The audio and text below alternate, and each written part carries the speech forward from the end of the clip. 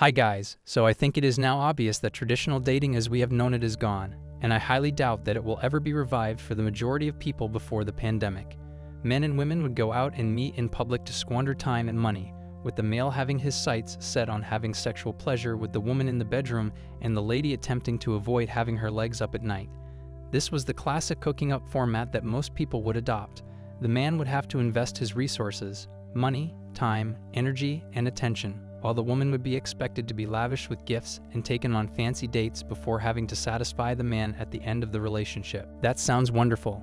Count me in. But in all honesty, the dating model is deteriorating, and trust me, it will be replaced with something new based on social interactions, the economy of the nation, and particularly with how difficult times are getting due to the rising inflation, where women becoming more and more desperate to help pay for their monthly basic needs like utilities and gas. The old dating model of going out to eat and have drinks is decaying, and trust me, it will be replaced with something new very soon. Although these instances are hypothetical, they carry a lot of weight and can help us choose where we should head. I want you guys to take a look at the younger generation and note how they have become more commercialized recently, especially in the wake of the epidemic. Look at ladies online as cam girls busting it wide open for the world to see. Look at women on Instagram partying in yachts of wealthy men. Look at young women on sugar daddy sites searching for arrangements, and look at the emergence of OnlyFans. I mean, you only have to think about it and see where women's mentality is drifting towards these days. They are desperate not only for attention, but also for money, status, and fame, and they'll openly advertise themselves online to attract wealthy older men to take care of them while they take of their physical and sometimes social needs. It's like women are now openly monetizing their bodies online, and that's the height of desperation. In today's culture, these things are happening right now and are getting more and more common. As a result, women are now openly selling themselves on the street in broad daylight to supplement their income in the face of an impending worldwide depression.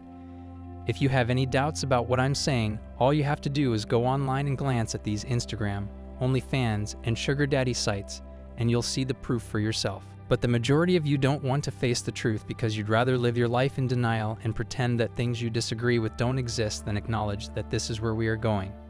If you wish to enforce morals, then go ahead, but the fact is that most young women nowadays are engaging in such activities to earn additional income. Additionally, consider who is influential in the dating industry right now. The younger generation that has no trouble participating in these activities for a small amount of money is the problem, not Generation X or baby boomers. Now, you are not required to take part in it, but this is the reality of where we are going, and I'm just here to report on it, not to persuade anyone to do something they believe is against their moral code. I want you guys to keep in mind that dating and prostitution are often closely related, and I just read an article that emphasized dating as a new idea that replaced courting. Back in the day, people considered it unethical for men to bring women outdoors and entertain them. But because we were raised watching individuals engage in the sort of courtship that we now know as dating, it became the standard for us. As a result, I anticipate that the way in which we date in the future will alter and grow into something else. For those who don't know what ethically monogamous is, I'll give you the definition because it's a new nonsense phrase that has just been used instead of saying polyamory. I anticipate it will be related to women selling themselves like what we see online inside an ethically monogamous relationship. In essence, polyamory sounds better when used to describe ethical non-monogamy, which is the practice of engaging in relationships that are not fully exclusive between two individuals. To accommodate people's sentiments, they alter meanings of things.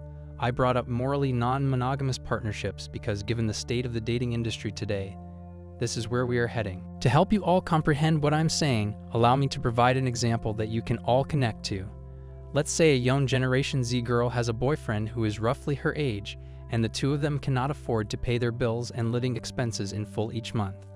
The girl decides to sign up for a sugar daddy website, and with her boyfriend's permission, get choked by a sugar daddy for an extra couple of dollars to help pay for their living. This is likely to be the new dating model, and things are looking up for older, wealthy guys like ourselves. Young men will be under some pressure to accept that their girlfriends will be making money off of them and selling themselves on the side. This conduct will be referred to as ethical monogamy, or polyamory to us. And if you're still not convinced, just take a look at the females who have boyfriends on OnlyFans. These boyfriends have to be okay with their women flaunting it for thousands of horny men from all continents. Because she earns more money than him, some boyfriends are forced to follow her initiative and do her in front of the camera. Other times, when the content gets dull and the boyfriend is the only one slamming the girl, she will bring in a fan or another OnlyFans star to have sex with on camera in order to maintain her subscriptions, and the boyfriend will have to put up with it. We are moving in this direction as a result of the deteriorating economic situation. The new dating model will be ethical non-monogamy, and believe me when I say that the law will alter to partially legitimize pay-for-play relationships between men and women. To protect morals, the government won't assist women on their own. In the end, they don't care about women in that way, so either they'll tax men and give the money to women, or they'll make it relatively legal for men to pay for play to support women with conventional dating and marriage. Women will publicly sell themselves to get through difficult times. Let's take a look at recent dating app activity to support my claim. We have the argument of hypergamy and women choosing high-value guys in the first place, since it is commonly known that at least 80% of women prefer to date the top 20 men on dating apps, while the lowest 80% of males are either convicted or barely able to obtain a date with one lady. Honestly, women would rather share one high-value guy than date a man they feel is below them in status or a man who cannot provide for her needs. Good, we can all agree on that. How is that any different from the 90-10 rule or ladies who are part of modern-day harems? You only need to open your eyes to realize that what I'm saying is already taking place. Consider the cases of Andrew Tate and Dan Bilzerian. They are both wealthy, high-value men, and I don't imagine either of them dating just one lady. No, I noticed both men surrounded by a number of women who are quite content to share these men. If I'm being honest, it appears to me that these ladies are members of a harem. I am aware that some of the women are paid, but it appears that the other women are content to belong to a group. And if I may, I think this will work for the majority of males. Men wouldn't need to contact women and waste money on dinner dates and other pointless activities just to go on a standard date if they were more financially independent and morally loose. As an alternative, any male may sign up for a profile on a sugar daddy website and wait for the ladies to approach him. Depending on the kind of women you desire, it would then cost several hundred to several $1,000s to acquire what you actually want. What I'm trying to say is that, gentlemen, be very aware of how the social dynamics of relationships are evolving as we speak. What was moral 20 years ago might not be today. Men and women having multiple partners while staying exclusive might not have been okay before, but now it's supposed to be.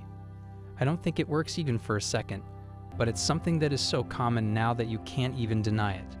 On top of that, social media and the pandemic that has led to worsening economic situations in the world have really changed this relationship dynamic further. I say be wary because women can now openly sell themselves on these websites to earn money, and they believe that it's okay to do so, or because they have no other choice. So if you're in a relationship where this is happening, know that your relationship is never going to be the same anymore because women will now sell their bodies like assets to the highest bidder just to live a decent life.